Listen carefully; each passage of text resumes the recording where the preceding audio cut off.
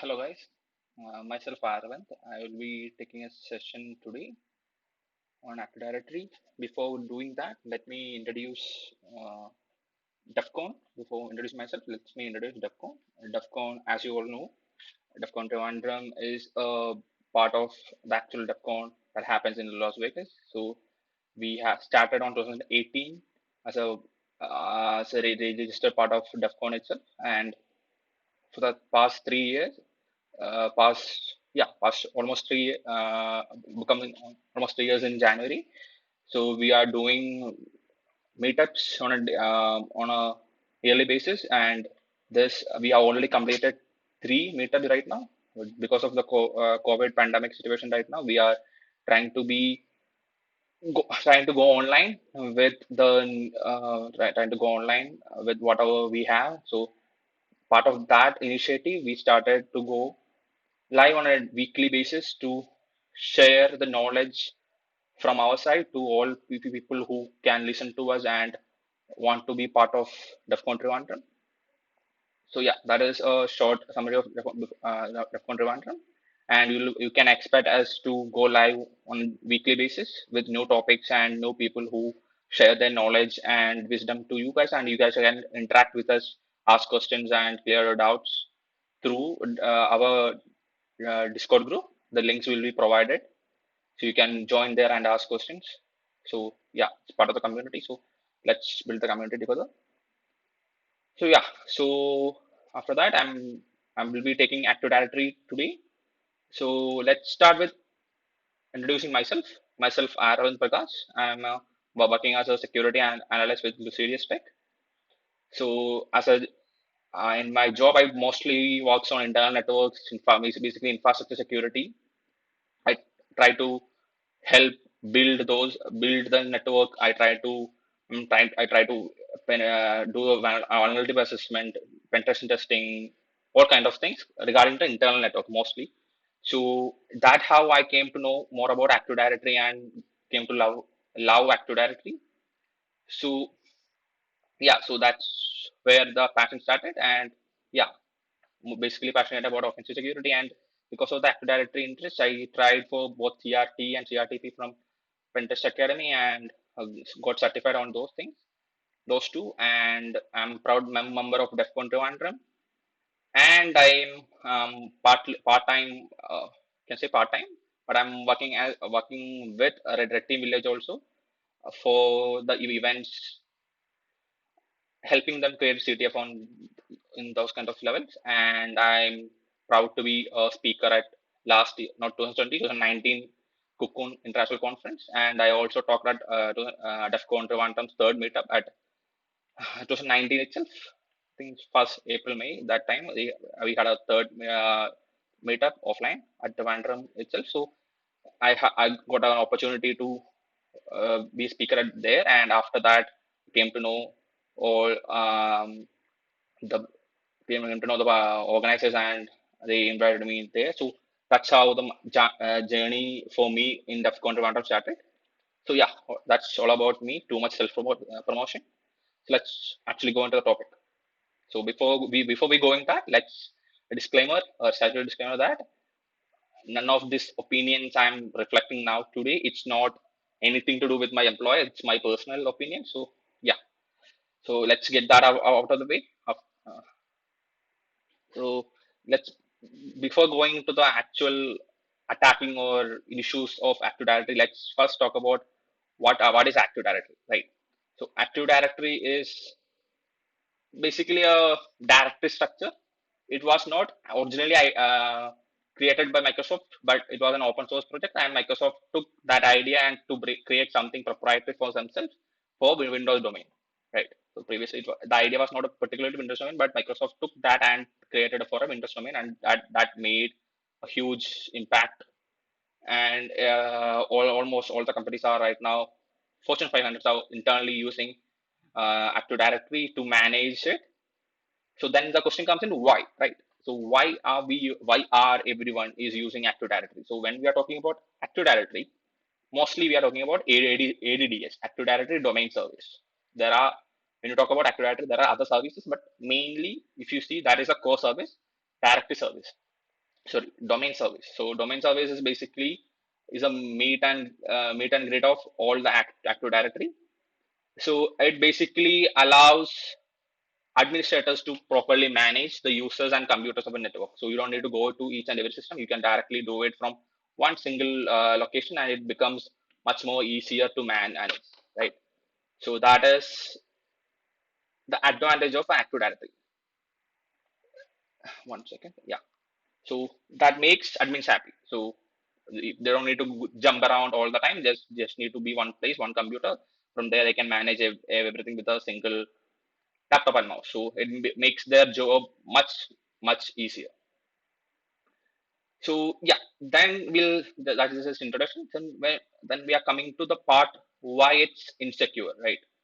So I'm saying most cases because whatever network I've seen in my pen testing assessment or whatever internal projects I've done, I have seen that in my personal opinion, almost every network Active Directory environment is vulnerable in one way or another. Some are too critical, some are negligible, but I cannot say all the networks I've seen in my lifetime or as a pen tester or a vulnerability assessment or Active Directory assessment. I never seen a completely secure network.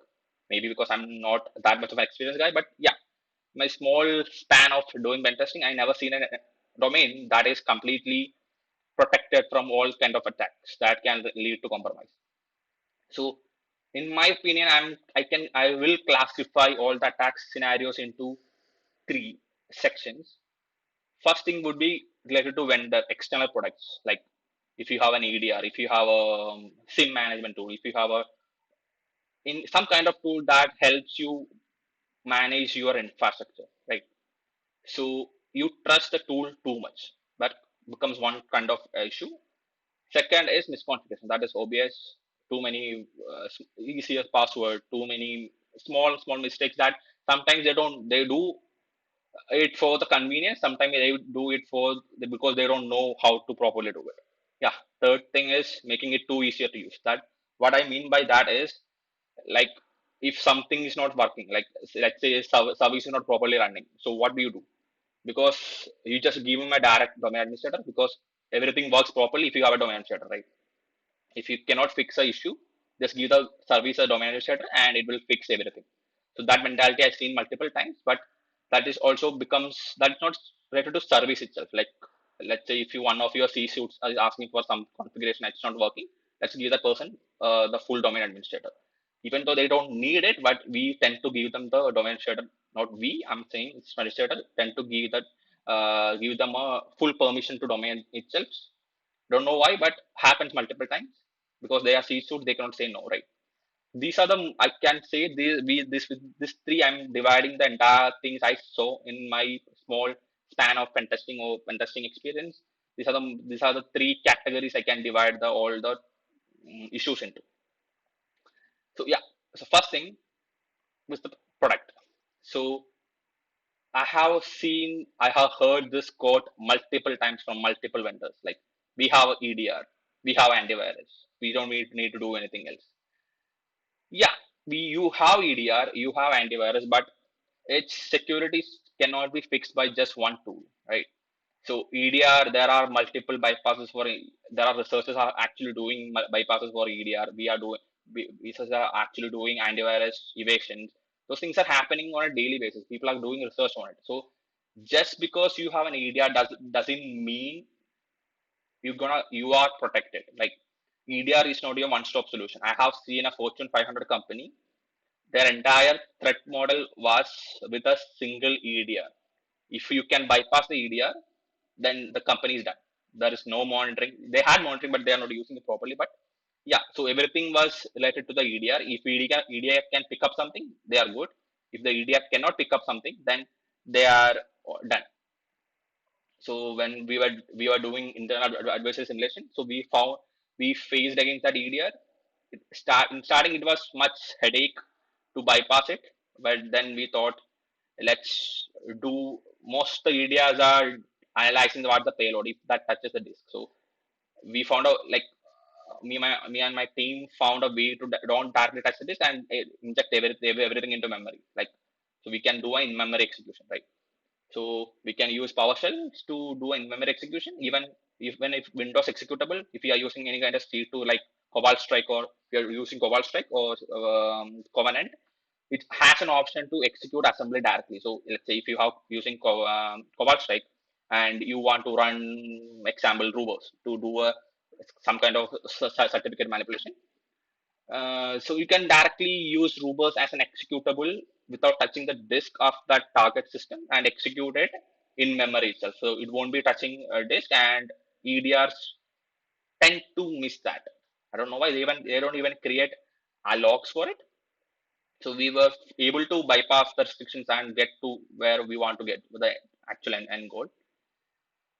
The next question seriously comes under is, what if PowerShell is disabled, right? Most of the systems we are right now, I'm seeing that trend that people tends to block PowerShell.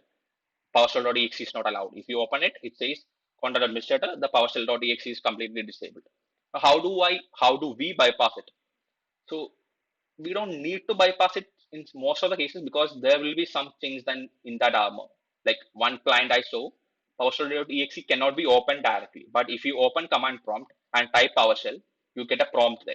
So yeah, you cannot open it with interactively, but you can always open it through command prompt.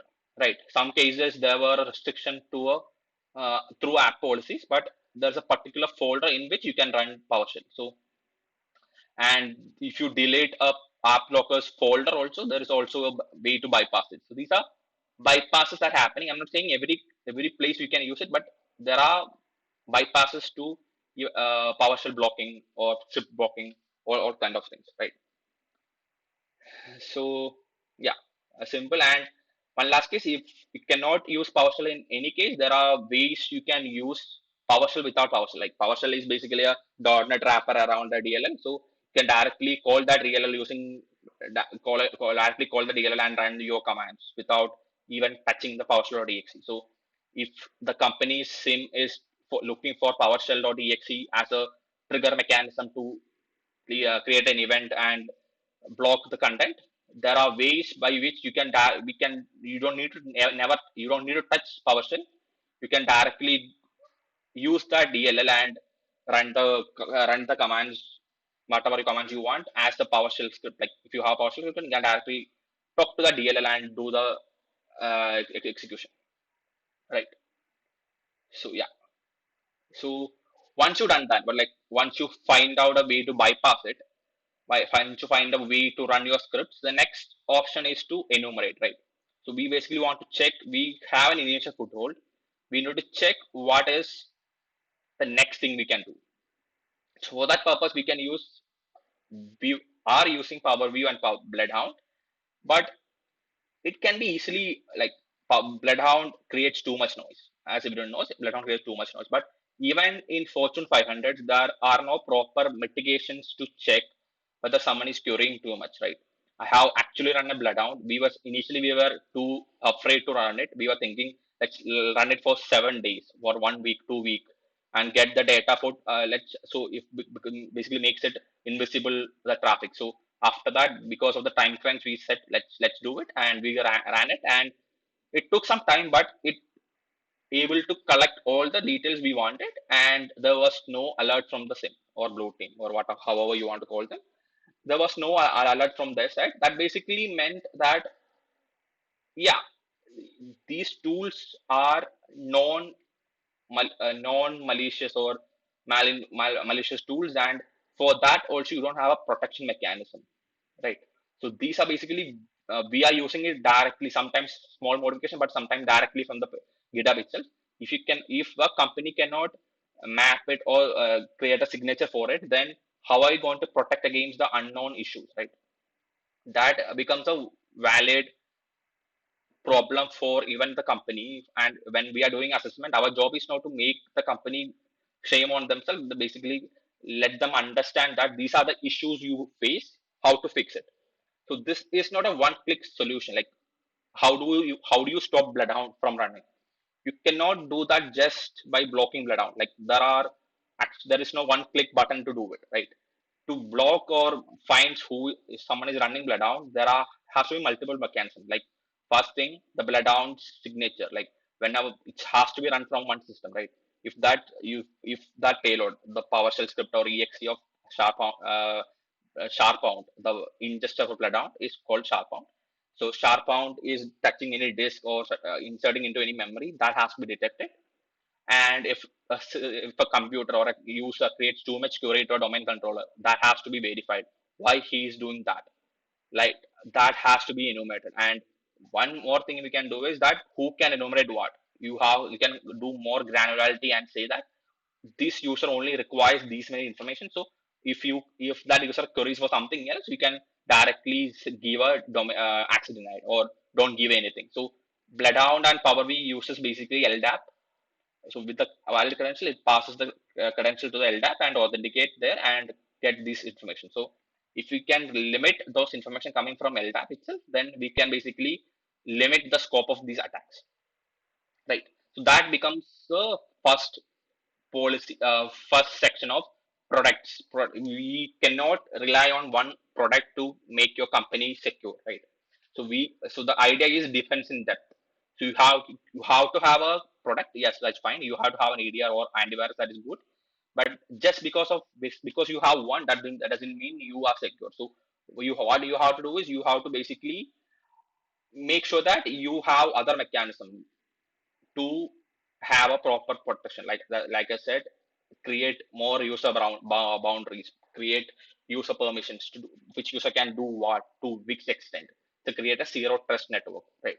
That is a hot word these days, but yeah, create a zero trust network where you don't trust nothing. You don't trust no user in the network. So every user is an alien. So you have to treat like that.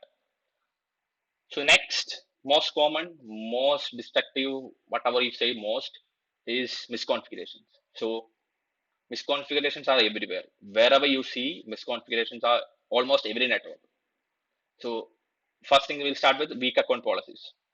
What do before explaining those, I'm just going through one by one. Weak account policies is domain specific. Like what's the domain password policy? What is the lockout period? What is the cooldown period for each password try? These things are part of the weak account policy. I've seen domains with minimum password requirement of 5. By default, Microsoft says 7, but they have changed it to 5.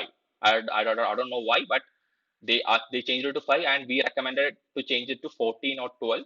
They said we cannot do that because of some product that uses 5 letters. I said, let's change the product or find a way to make sure that you cannot have a pilot of password. It's too easier to crack. Right? If you want, we can crack it within. If you have a proper system, you can crack it within like minute. So they said they'll look into it, but yeah, these are dependencies that basically create these kind of weak policies in first case. And I have seen, this is the funniest thing, I have seen actual people say description, password in the description. That is rare. Have seen this in a Fortune 500. Their systems administrator, I don't know correct position, system administrator who have given whenever a new user joins, for that user he provides the password in the description itself. So this user has assigned this password, please follow up. So with that, mostly they don't change the password after that, so we can just use that description to get the password of the user and go forward with that. And one of the other things I've seen is high value users with SPN. SPN is service principal names. Let's give an idea. Let's say if you have an SQL server, to talk to an SQL server, you need a service account, right? So for that service account, you set an SPN, service principal name. So that account is related to that service. So what happens is, for the convenience sake, so this comes the misconfiguration. For the convenience sake, people tend to create and give this SPN to a high value, like high value in the sense domain administrator user or an actual administrator of a domain controller. I have seen places where domain administrators were given the local administrator of a domain controller were given an SPN to manage SQL service, right? So these are bad things, very, very bad things. So then next thing would be unnecessary permissions. I have seen users that has no remotely no nothing to do with the domain management, has given domain administrators.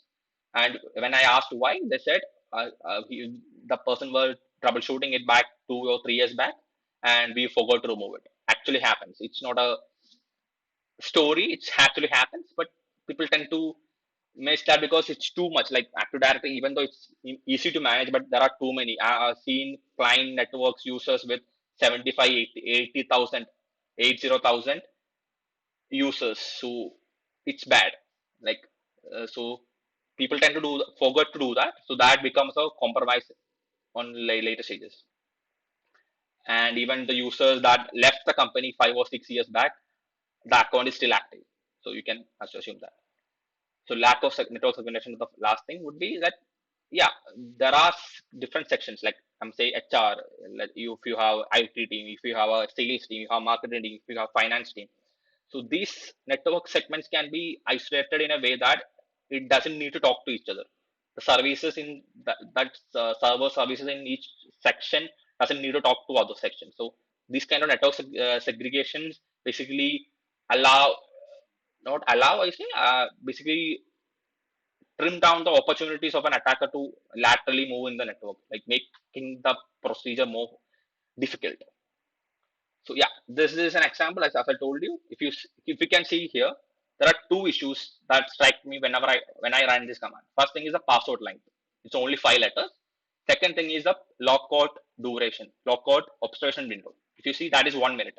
What what does that mean is that I can brute force, basically you can say brute force a user's password. Let's say if I have a user in this domain, for the user Aravind, I can try to brute force the password in every 1 minute, right? So if that is the case, then the account will not be logged out.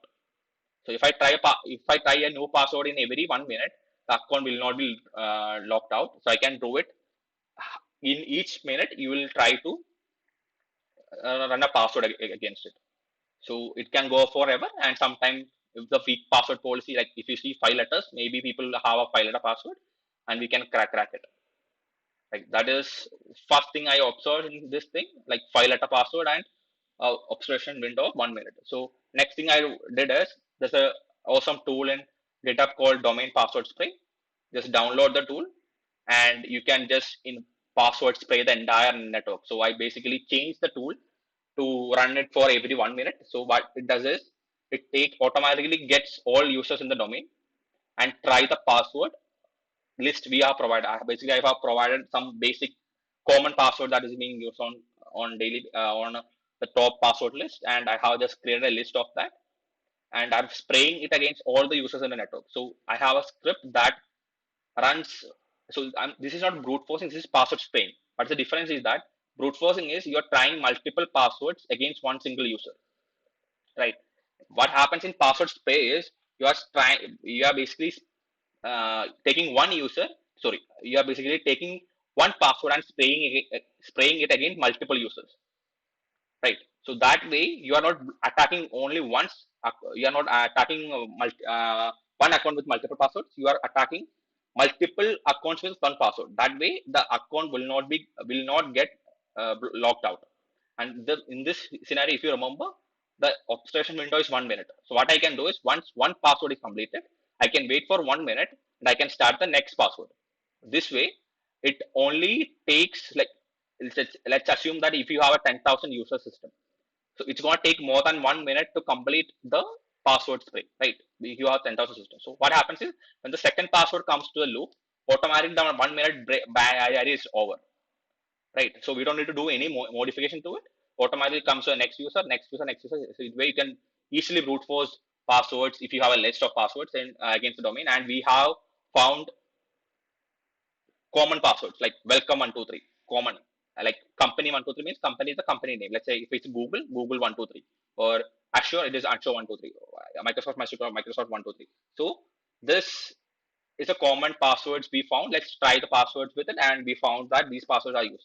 This is also a mistake from admin side that these common passwords are allowed. People have to be have a common uh, educate. These are things that you have to educate the users that we should not do it.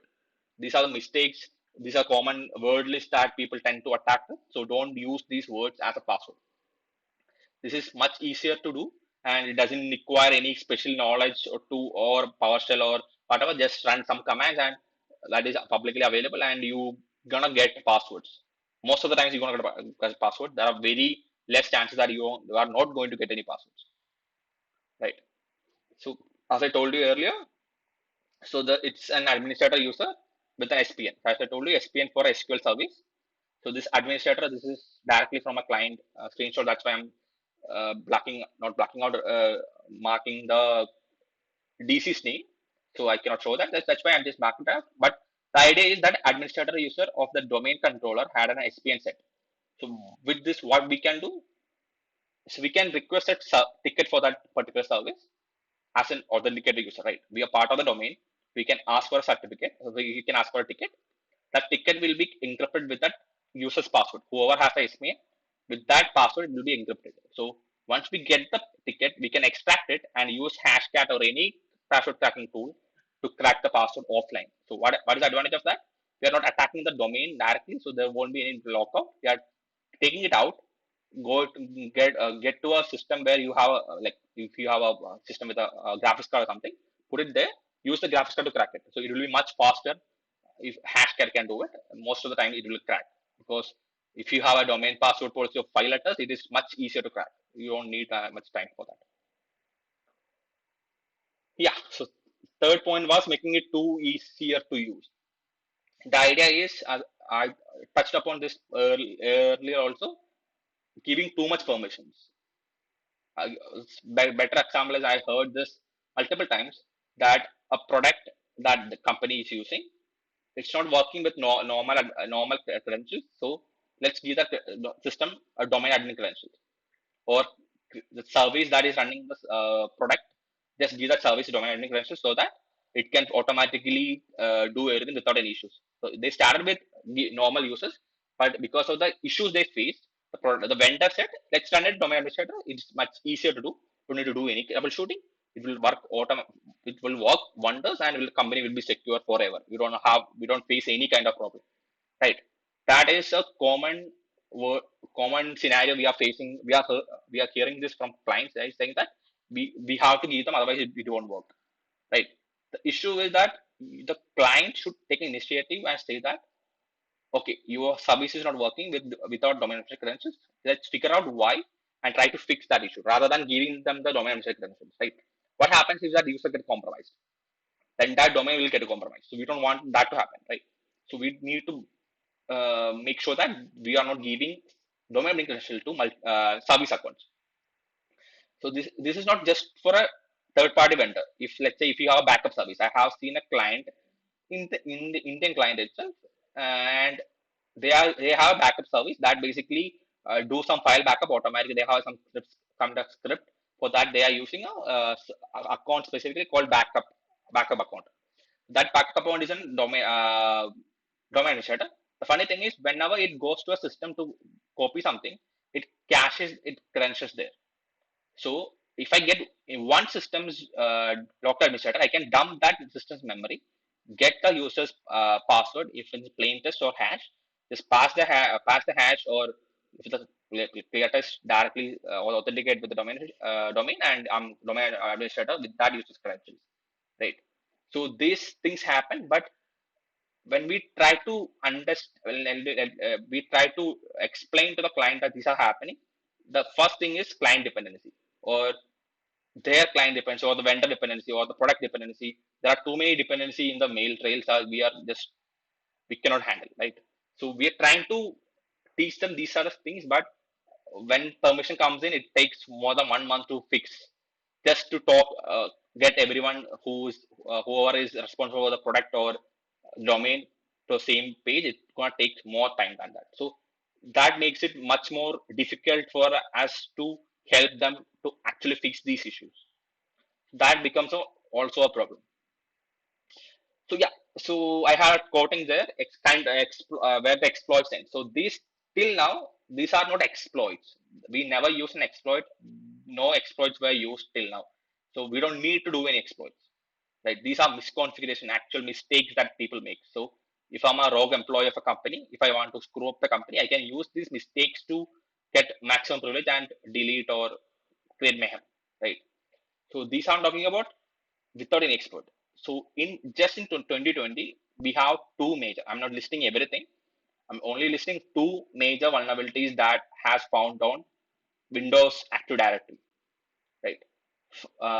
First one came out as a DNS server 2 or 3 months back. Basically, if you have a DNS server that we can remotely, without any authentication, without any privilege, you can directly run a code that gonna give you command execution on that server.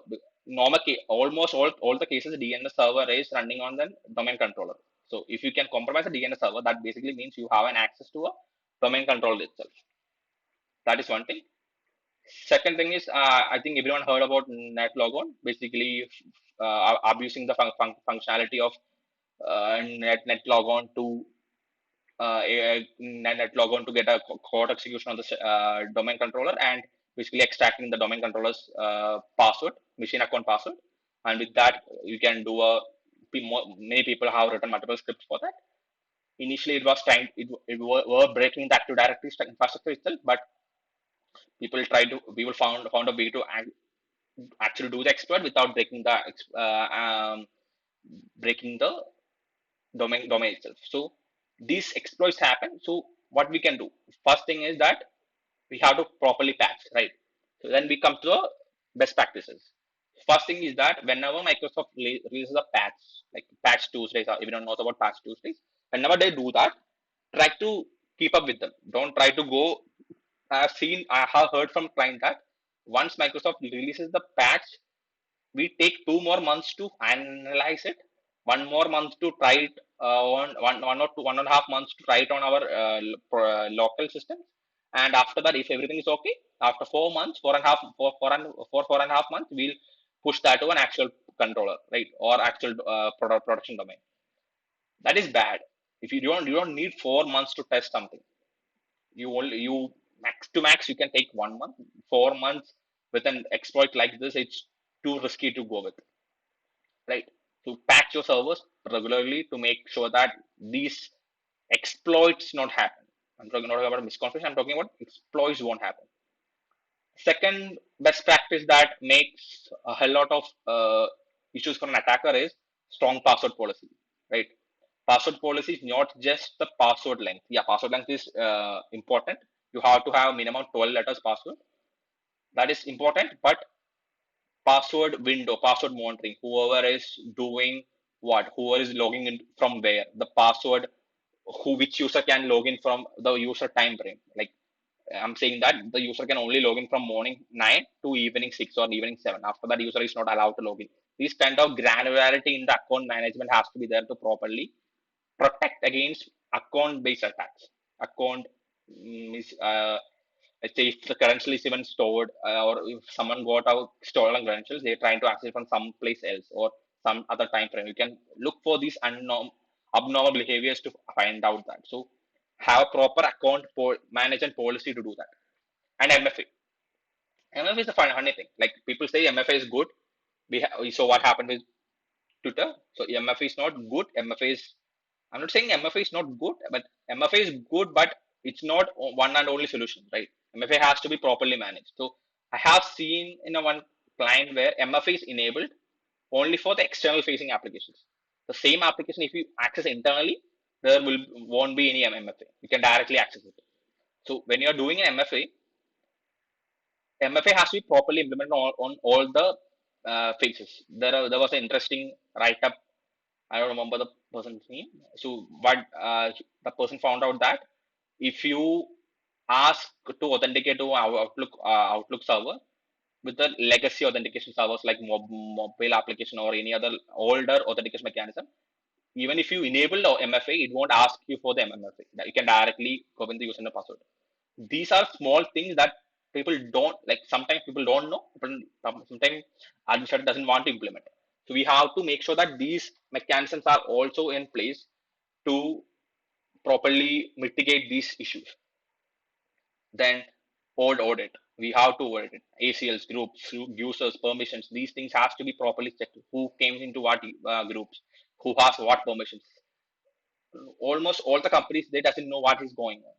Once they create something, the person who created it will leave the company, and after that, no one knows what is the structure, right? So that visibility has to be there to properly manage it. And one more thing is that, yeah, there will be multiple domain administrator on a domain. If you have 16,000 users, you have to have multiple administrators. But a domain admin does not need that kind of privilege on a day-to-day job, right? If you are just opening a Excel, if you are opening a this thing or that thing, that for that most of the cases, most of the times you don't need a domain admin credentials. So for the domain user, create a domain admin user, create a separate account that is used for day-to-day job. That way, the admin credentials won't be cached, and that comes to the next point: implement zero trust, where I'm saying these domain administrators, these high value credential high value users, has to be in a protected group. So with that, what happens is the credential won't be cached anywhere. That what that means is that what is cache credentials caching is, once you log into a system temporarily caches the credentials, so that next time when you try to log in, even if you cannot contact the domain controller, with that cached credential we can access the that system, right? That is the idea of cache. So with caches, if you have an administrative privilege to our system, I can dump the memory and get the password out using Mimicache or whatever tools. So once you do a protected user for a protected group, what happens is these user credentials cannot be cached. So each time when the user logs in, the user has to be authenticated against the domain controller itself. That is one caveat of that. But for a domain administrator, that has to be there. Domain administration doesn't need to be authenticated locally. It has to be authenticated from the domain controller itself. That is one way to make sure that this won't happen. So lastly, not last, if it's, even though it's last, but it's one of the main thing. Look for monitor your logs and look for suspicious pattern. You're gonna find issues, you're gonna find suspicious activities, you're gonna find these.